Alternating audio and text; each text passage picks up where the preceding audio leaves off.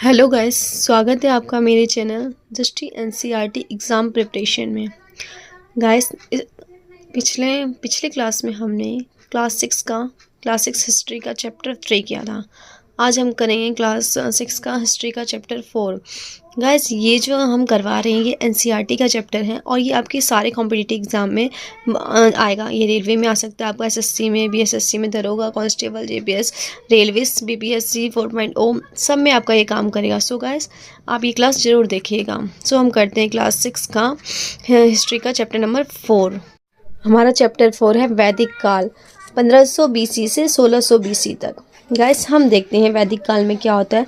पहले हमें पता है कि वेदों की संख्या 4 है: ऋग्वेद, यजुर्वेद, सामवेद और अथर्ववेद।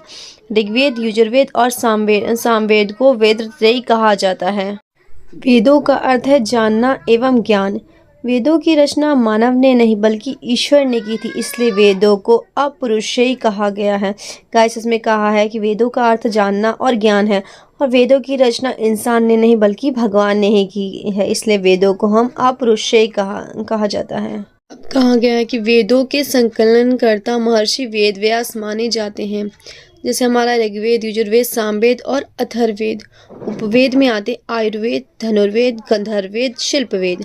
फिर पुरोहित में आते हैं होत्र, अधर्यु, उदारता, ब्रह्मा। ब्राह्मण ग्रंथ में ऐतरेय, शतपथ, पंचविश और गोपथ। मुख्य विषय हैं देवताओं की स्तुति, कर्मकांड, संगीत का जनक, तंत्र मंत्र, जादू टोना। गाइस, इसमें कहा क्या इनका मुख्य विषय, ऋग्वेद का मुख्य विषय है देवताओं की स्तुति करना, यजुर्वेद का है कर्मकांड करना, सामवेद संगीत का जनक, इसमें सारे संगीत की गतिविधियां होती है। अथर्ववेद में तंत्र मंत्र, जादू टोना होता है। प्रणेता है ब्रह्मा, विश्वामित्र, नारद मुनि, विश्वकर्मा। नेक्स्ट हम आते हैं वेदों का अर्थ बताने व सही उच्चारण हेतु वेदांग की रचना की गई थी। वेदांगों की संख्या 6 है: शिक्षा, कल्प, व्याकरण, निरुक्त, छंद और ज्योतिष। सूक्त का मतलब है अच्छी तरह से बोला गया। यहाँ पे सूक्त का मतलब क्या कहा गया? अच्छी तरह से बोला गया। सूक्त विभिन्न देवी देवताओं की स्तुति में रचे गए हैं। इनमें 3 देवता बहुत महत्वपूर्ण है: अग्नि, आग, इंद्र, युद्ध और सोम, एक पौधा जिसमें एक खास पेय पदार्थ बनाया जाता था। 14वीं शताब्दी ईसा पूर्व में मध्य एशिया के बोगजकोई अभिलेख से वैदिक देवताओं इंद्र, मित्र, अग्नि, वरुण और नस्त्य अश्विनी कुमार का उल्लेख मिलता है। उसके बाद नेक्स्ट हमारा आता है मनुस्मृति। मनुस्मृति में सरस्वती और दृश्यादिति नदियों के बीच के प्रदेश को ब्रह्मावर्त कहा गया है। वैदिक प्रार्थनाओं की रचना ऋषियों ने की थी। आचार्य विद्यार्थियों को सस्वर पाठ द्वारा वैदिक प्रार्थना कंठस्थ करवाते थे। इनको इन सब विधि द्वारा वैदिक प्रार्थना जो है कंठस्थ करवाते थे। ऋग्वेद की भाषा प्राक संस्कृत या वैदिक संस्कृत कहलाती है। ये गाइस, ये इंपॉर्टेंट है। ऋग्वेद की भाषा कौन सी होती थी? तो प्राक संस्कृत या वैदिक संस्कृत कहलाती थी। नेक्स्ट हमारा आता है संस्कृत भाषा भारत यूरोपीय भाषा परिवार का हिस्सा है। असमिया, गुजराती, कश्मीरी और सिंधी, फारसी, अंग्रेजी, फारसी, जर्मन, यूनानी, इतालवी, स्पेनिश आदि भी। तमिल, तेलुगु, कन्नड़ और मलयालम द्रविड़ भाषा परिवार है। झारखंड और मध्य प्रदेश के कई हिस्सों में बोली जाने वाली भाषाएं ऑस्ट्रो एशियाटिक परिवार से जुड़ी गई हुई है। ऋग्वेद और अन्य वेदों की छपाई का कार्य लगभग 200 साल पहले हुआ था। ऋग्वेद और वेदों की छपाई का कार्य लगभग 200 साल पहले हुआ था। ऋषि विश्वामित्र और देवियों के रूप में पूजित 2 नदियां व्यास व सतलुज के बीच संवाद हुआ था। नदियों की तुलना घोड़ों और गायों से की गई है। यहाँ पे नदियों की तुलना घोड़े और गायों से की गई है। नेक्स्ट हमारा आता है ऋग्वेद में गंगा का उल्लेख 1 बार और यमुना का उल्लेख 3 बार हुआ है। ऐसे इंपॉर्टेंट है कि गंगा का उल्लेख ऋग्वेद में कितनी बार किया गया है और यमुना का कितनी बार किया गया है। तो गंगा का 1 बार और यमुना का 3 बार किया गया है। ऋग्वेद में सर्वाधिक बार सिंधु नदी का तथा सबसे महत्वपूर्ण नदी के रूप में सरस्वती नदी का जिक्र हुआ है। सरस्वती नदी को नदीतमा नदियों की माता कहा गया है। वैदिक कालीन युद्ध अच्छी चारागाह पानी के स्रोत लोगों को बंदी बनाने के लिए लड़ी जाती थी। यज्ञ की आग में देवी देवताओं को घी, अनाज और जानवरों को भी आहुति दी जाती थी।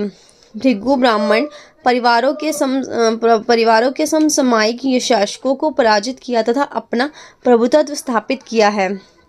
वैदिक काल की लिपि ब्राह्मी थी। आयुर्वेद का सर्वप्रथम उल्लेख अथर्ववेद में हुआ है। ऋग्वेद के 2-7 मंडलों को अति प्राचीन मंडल माना जाता है, जो परिवार मंडल या वंश मंडल के नाम से भी जाना जाता है। वंश मंडल की शुरुआत अग्नि मित्र देवता के मंत्र से प्रारंभ होता है। आता है शूल वस्त्र। शुल्ब सूत्र में रेखा गणित का प्राचीनतम विवरण मिलता है। वैदिक साहित्य का क्रमबद्ध रूप है ऋग्वेद, सामवेद, यजुर्वेद, अथर्ववेद, आर्णिक, ब्राह्मण ग्रंथ और उपनिषद। लोग बहादुर व कुशल योद्धा को अपना सरदार चुनता था। पुरोहित, ब्राह्मण तथा राजा का वर्गीकरण काम के आधार पर किया जाता था। ऋग्वेद में गाय को धन का मानक इकाई माना जाता था। जनता या पूरे जन समुदाय हेतु प्रयुक्त शब्द जन और विष था। प्रार्थनाओं के रचनाकर्ता खुद को आर्य कहते थे तथा अपने विरोधियों को दास या दस्यु कहते थे। दास या दस्यु यज्ञ नहीं करते थे और दूसरी भाषाएं बोलते थे। गाइस, ये जो दास और दस्यु है ये यज्ञ नहीं करते थे और ये बल्कि दूसरी भाषाएं बोलते थे। कालांतर में दास दासी का मतलब गुलाम हो गया, जिन्हें युद्ध में बंदी बनाया जाता था। दास दासी का मतलब गुलाम हो गया, जिन्हें वो लोग जो है युद्ध में बंदी बनाया करते थे। नेक्स्ट आता है यज्ञों की परंपरा। यज्ञों की परंपरा क्या थी? चिंतन, धार्मिक विश्वास और व्यवहार की कई धाराएं प्राचीन युग से चली आ रही थी। पूर्व वैदिक परंपरा, जिनकी जानकारी हमें 1500 से 1000 ईसा पूर्व में संकलित ऋग्वेद से मिलती है, वैसी एक प्राचीन परंपरा थी ऋग्वैदिक काल। ऋग्वेद अग्नि, इंद्र, सोम आदि कई देवताओं की स्तुति का संग्रह है। ये इंपॉर्टेंट है कि ऋग्वेद कौन से देवताओं की स्तुति का संग्रह है, तो अग्नि, इंद्र, सोम। इंद्र शौर्य, युद्ध और वर्षा के प्रमुख देवता हैं। अब वर्षा के प्रमुख देवता है इंद्र शौर्य। शुरू में यज्ञ सामूहिक रूप से किए जाते थे। बाद में लगभग 1000 ईसा पूर्व, 600 ईसा पूर्व कुछ यज्ञ घरों के मालिकों द्वारा किए जाते थे उत्तर वैदिक काल में। फिर नेक्स्ट आता है राजसूय और अश्वमेध जैसे जटिल यज्ञ सरदार और राजा किया करते थे। इनके अनुष्ठान के लिए उन्हें ब्राह्मण पुरोहितों पर निर्भर रहना पड़ता था।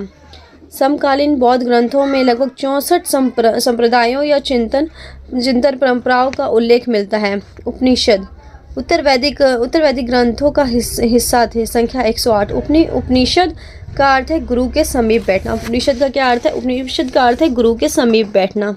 षड दर्शन भारत द्वारा सत्य की बौद्धिक खोज का प्रतिनिधित्व दर्शन की 6 शाखाओं ने किया। वैश्विक, ऋषि कण्णाद, न्याय, गौतम मुनि, सांख्य, कपिल मुनि, योग, पतंजलि, पूर्व मीमांसा, जैमिनी, वेदांत, उत्तर मीमांसा, बादरायण। जर्मन मूल के ब्रिटिश भारतविद फ्रेडरिक मैक्समूलर के अनुसार दर्शन की इन 6 शाखाओं का विकास कई पीढ़ियों के दौरान व्यक्तिगत विचारकों के योगदान से हुआ। उपनिषद काल में अश्वपति के राज्य के प्रसिद्ध दार्शनिक शासक थे। उद्दालक आरुणिकुरु पंचाल का प्रसिद्ध दार्शनिक राजा था। 23वें तीर्थकार पार्श्वनाथ के पिता काशी के दार्शनिक राजा अश्वसेन थे। कौशल के राजा प्रसेनजित गौतम बुद्ध के परम मित्र थे। शौनक व अभिप्रतारिण नामक 2 ऋषि तथा एक ब्राह्मण भिखारी की कथा छंदोग्य उपनिषद में है। नेक्स्ट आता है छंदोग्य उपनिषद में उद्दालक, आरुणि और श्वेत केतु के बीच आत्मा और परमात्मा का चर्चा मिलता है। छंदोग्य उपनिषद का संबंध सामवेद से संबंधित है। सत्यकाम जाबाल के मन में सत्य जानने की तीव्र जिज्ञासा उत्पन्न हुई तो गौतम नामक एक ब्राह्मण ने उन्हें अपने विद्यार्थी के रूप में स्वीकार किया। उपनिषद मूलतः दर्शन से संबंधित पुस्तक है। यम नचिकेता संवाद का उल्लेख कठोपनिषद में है। नेक्स्ट है हमारा ऋग्वेद में ब्राह्मण आते हैं कौशितकी इतरे। सूक्त हैं 108। ऋग्वेद में 108 सूक्त हैं। उपनिषद भी कौशितकी ऐतरेय हैं। आर्णिक ऐतरेय कौशितकी है। फिर यजुर्वेद में तैत्तरीय शतपथ ब्राह्मण है और सूक्त नहीं है इसमें। उसमें फिर आता है उपनिषद तैत्तरीय कठ श्वेताश्वर ईश बृहद्रारण्यक मित्रायणी और तैत्तरीय बृहद्रारण्यक शतपथ। सामवेद में है पंचविश। इसमें 1875 मंत्र है। केंद्र छांदोग्य, जैमिनीय छांदोग्य अरणायक है। अथर्ववेद में गोपद 6000 मंत्र है। मांडुक्य प्रशु मुंडक है। फिर ऋग्वेद में नदियाँ हैं। वैदिक नदियाँ के आधुनिक नाम ये है वित्सता झेलम नदी, विपाशा व्यास नदी, दृष्टि घंगर नदी, कुरुम्भु कुरुम, कुभा, काबुल, सदा, नीरा, गंडक, अस्किनी, चिनाब, शत्रुधि, सतलज, गोमल, गोमती, सिंधु, सिंध, सुषमा, सोहन, श्रावस्तु, स्वात। सो गाइस ये था चैप्टर हमारा 4, क्लास 6 का चैप्टर 4, जो कि हमारा कंप्लीट हो गया। हमारा था वैदिक काल चैप्टर, जो हमारा चैप्टर कंप्लीट हो गया है।